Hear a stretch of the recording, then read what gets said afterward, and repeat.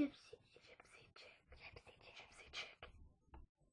Hey YouTube, it's Gypsy Chick. What I want to talk about today is two things. This is kind of a two-part video.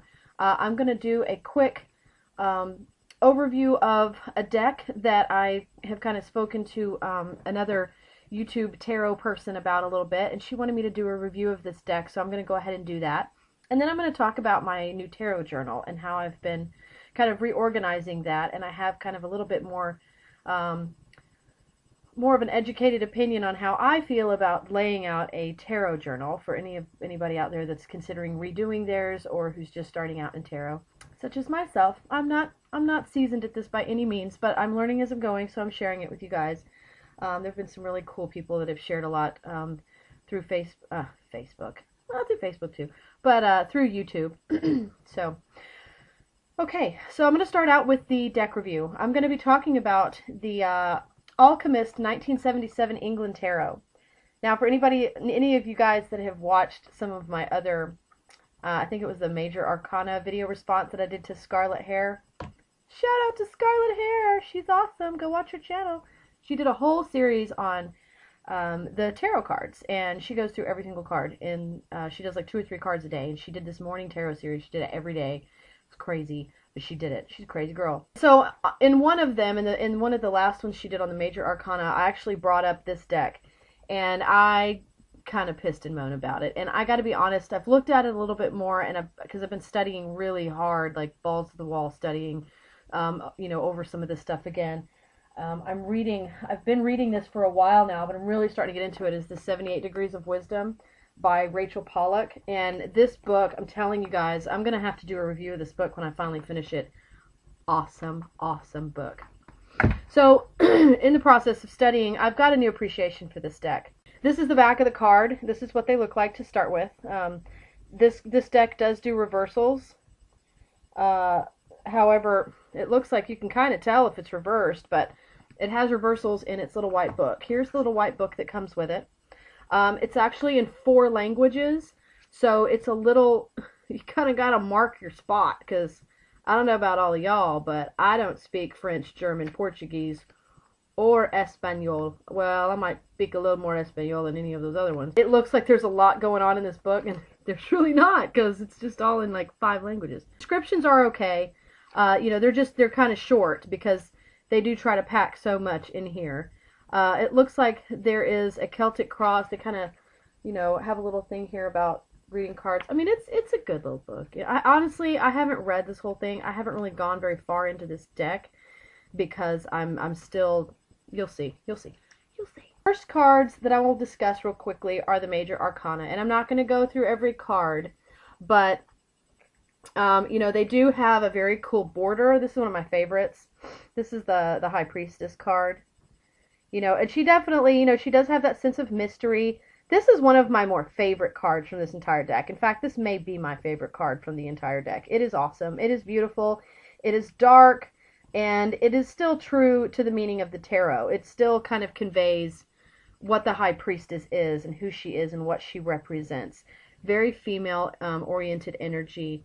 Definitely has that feeling of mystery and wonder, and that secret wisdom that lies deep within each of us. And then there's other cards that I've kind of come around to. I didn't used to like the Moon, but the more I've learned about the Moon card, the more I'm starting to be okay with this one. This definitely shows the lunar madness aspect of it. I think that sometimes some of the things are lost, but here you see this snake kind of wrapped around his arm. And I believe Owl Moon, you pointed out, sometimes it has to do with ancient wisdom, and spirituality and things like that. So I do get that from that card.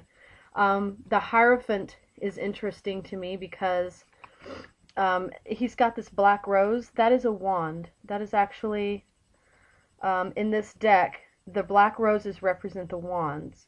There's a little nudity in these cards. There's some boobies, so just beware.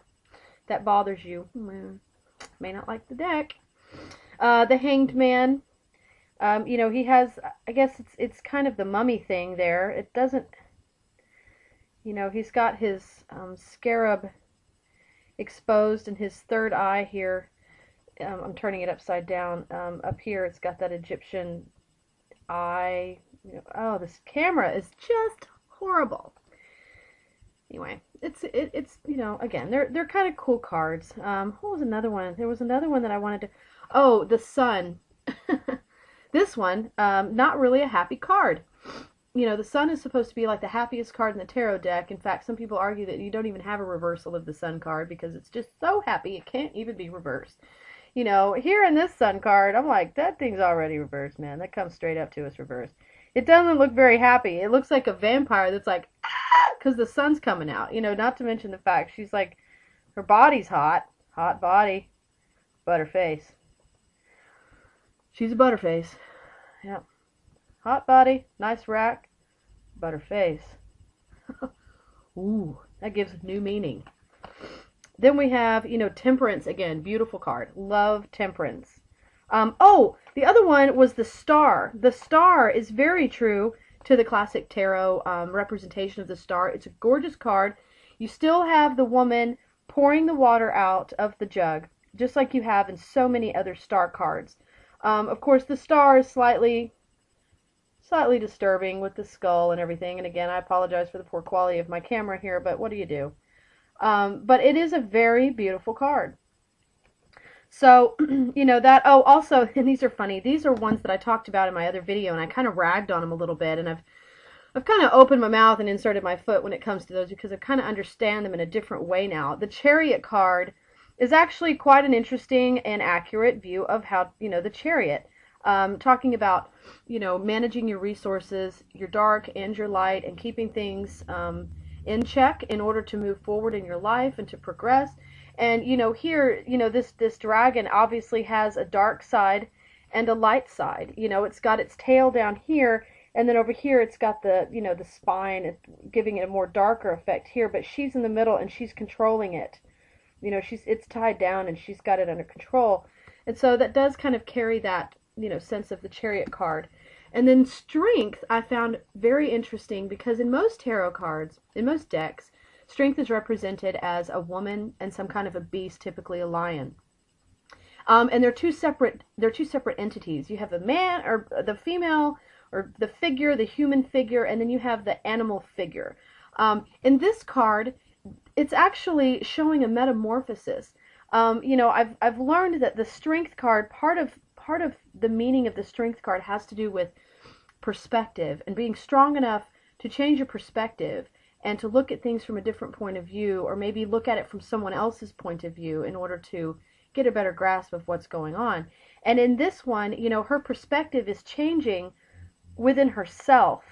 We see she's coming out of this dragon state, and she is awakening into a new point of view, a new perspective. Rather than being a fanged beast with, armored scales and this tough outside, she's come out into being a softer, more vulnerable, more exposed perspective. And I kind of really like this card. I think that's a really interesting way to convey that message. As far as the major arcana, I'm coming around. I am starting to like them more. As far as the minor arcana, however, little bit different situation. The pip cards, which are cards 1 through 10, or ace through 10, they don't have pictures. Not like most other decks. This is what is considered the Marseille or Marseille. I don't know exactly the right way to put it. Again, I do not speak the French. Je ne parle pas français. And so I'm not really sure. I think it's Marseille, but whatever. The pip cards don't have pictures. Ching. What is this? Okay, I just don't know the tarot well enough yet to deal with this.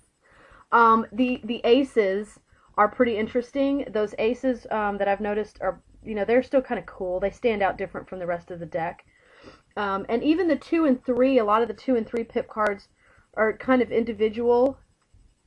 They're different from the rest of the deck.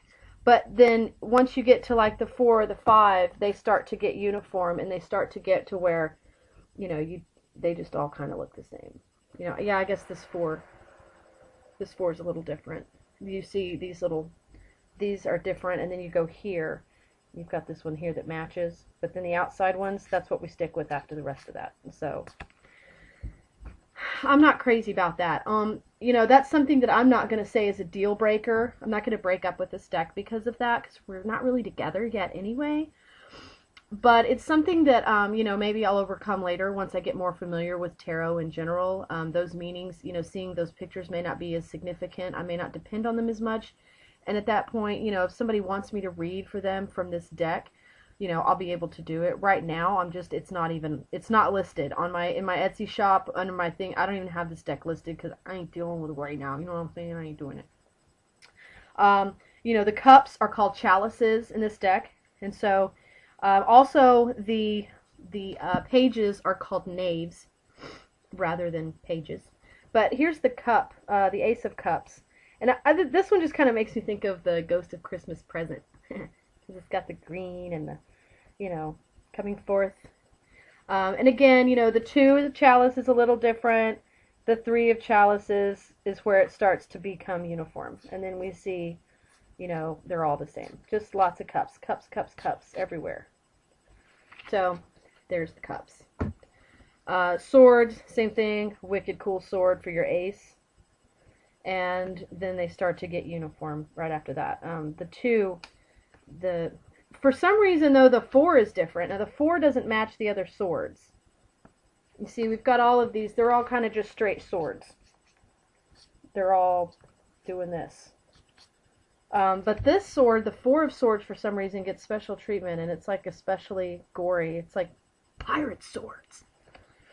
And then finally we have the wands, and the wands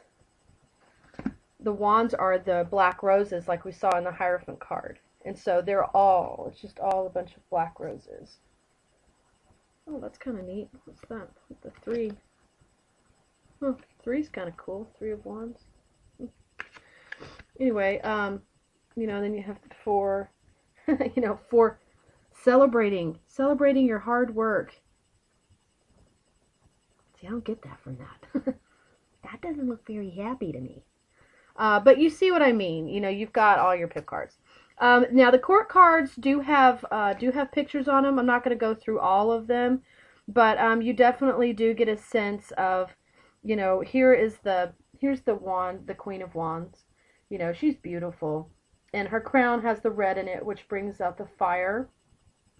You know, to me, it seems to represent the fire. You know, but she's definitely got that Queen of Wands thing. Where's the King? The Knight, the Knave. We seem to have killed off the King here. I don't know where the King has gone. He stepped out for the moment. I don't know what's going on here. Anyway. Oh, the sword. The King of Swords. Definitely a King of Swords. He's got the mightiness to him. I struggle with the fire in the crown, though, because the sword is more of an air suit, so I'm not sure why that's got fire on the crown, other than, you know, maybe action, or maybe just because it's a dragon. I don't know. Very powerful card, though. This guy definitely looks severe. Not really somebody you could, you know, you're not going to touch his heart. I think he burned it. So anyway, there's that. One other thing I want to point out before I move on to my journal is the size. I meant to do this earlier. The size of the card is also somewhat smaller. This is Paulina. This is the Paulina Tarot. Al Moon, I know you're familiar with this deck because you love it like I do. This is the Paulina Tarot card. It's, you know, here's my hand. It's a decent size card. Not the biggest, but it's also not the smallest. I think these are the smallest. This card is somewhat smaller. I got it on Amazon. I don't remember how much it cost, but it was about the same range of everything else. You know, I gotta say, I was a little disappointed when I got it because I was expecting it to be bigger than this. But, you know, again, and I expected pictures on all the cards. And sometimes you just don't get what you expect. Excuse me. Alright, and on to my tarot journal. So, I started out with this tarot journal, which I've shown you guys before. That is, it's a composition notebook, so there's no binder, there's no click and rings, there's none of that. I bought this and was studying it initially through this Easy Tarot handbook, which I need to do a review on. I've almost finished it. I'm all but done with it. And in it, she has, Josephine Ellershaw is who does this book, and in it she has you number your journal from page 1 to 78, and then she goes through all of the minor arcana first, which I kind of appreciate because a lot of people kind of blow those off, and those really, I think they have a lot more significance than a lot of people give them. And so I studied the minor arcana first, but she only goes through the pip cards to start with. She goes through 1 through 10, and I know that part of that had to do with organizing probably how you write the book, and you know, addressing court cards is a little bit different than it is with the pip cards, but they're separated in here. And so following the flow of her book, I have my minor suits here. I have them tabbed so I can find them easier. I've got wands dug down in here, and then I have pentacles, swords, and cups. And so whenever I'm looking up something, I can just, you know, flip to that part. The problem is that now, then she talks about court cards, and I didn't leave room when I was doing my pages. I didn't leave room for the page through king like I should have. And so they're like in another section of my notebook. They're later on in here. And I really don't like that. If I could go back, if I could give you any advice to anybody doing this, it's a great book, but go ahead and leave space for all of your wands, and then all of your cups, all of your swords, all of your pentacles, so that you can have them all together. Because when you're going back and using it as a reference, which is what I do, I mean, I guess if you don't use it as a reference, it's not a big deal. I use my notebook as my reference. I don't like having to go through 2 or 3 different books. I want it all in one place, so when I'm doing a reading and I can reference stuff, you know, it's all in one place. What I've done is I've redone the whole thing, and I have put it all in a 3-ring notebook. So now I have it in a binder. And of course I had to put this is like my own personal rune that I've kind of developed. I really like it. For anybody out there that likes to kind of design stuff like that, it's kind of fun because it's like you put a little bit of yourself every time you make something. I put this on all my stuff. So in here, I'm just going to take these out of the binder so that I can show it to you a little more easily. I got a lot of stuff in here. A lot. I'm going to take it all out. So here's my binder. First page, I wrote it in a Pictish font because I just thought that was, you know, it's cool. And I'm cool, so I have to do cool stuff. There's that. Other page is my correspondences. Here I have, you know, what the suits are all about, and then I go into the significance of each actual number, because, you know, when you cross them together, it really helps you kind of remember what the cards are sometimes as you're learning them. You know, even the position, you know, within the suit has some significance.